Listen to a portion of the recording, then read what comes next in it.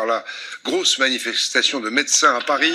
Entre 20 et 40 000 blouses blanches dans la rue, en colère contre le projet de loi santé discuté dès cette semaine à l'Assemblée. Des médecins, et c'est rarissime, soutenus par leur conseil de l'ordre. La ministre a promis de les écouter. Ce matin à Frontignan, dans l'Hérault, avec l'un des médecins qui a manifesté, Frédéric Bernheim et Nicole Chastagnier. Le docteur Calme était hier dans la manifestation parisienne, aux côtés de dizaines de milliers d'autres, pour crier sa colère contre la réforme du système santé de la ministre Marisol Touraine. Elle nous propose des solutions qui n'en sont pas. Elle nous dit qu'elle fait des choses. En fait, elle ne fait rien. Elle joue la montre. Alors, je pense qu'en politique, faire de la politique, c'est peut-être l'art de jouer la montre. Mais nous, en médecine générale, on n'a plus le temps de jouer la montre. La situation est trop grave, trop tendue.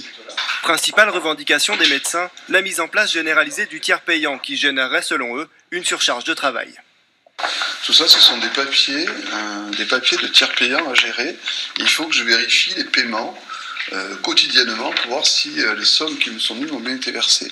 Multiplié par 600 mutuelles et 86 caisses, ça va devenir impossible à gérer. Impossible. Une situation qui obligerait les généralistes à embaucher pour contrôler les remboursements des consultations. Fondamentalement, nous ne sommes pas opposés au tiers payant. Je le répète, on n'est pas opposés au tiers payant. On ne peut pas accepter un tiers payant compliqué.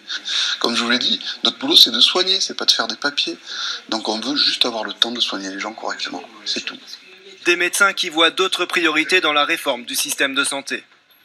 On arrive, et on va arriver rapidement, à la disparition de la médecine générale en France si on ne fait rien. Beaucoup de médecins ont plus de 60 ans. Le jour où ces médecins vont partir, il n'y aura personne pour les remplacer.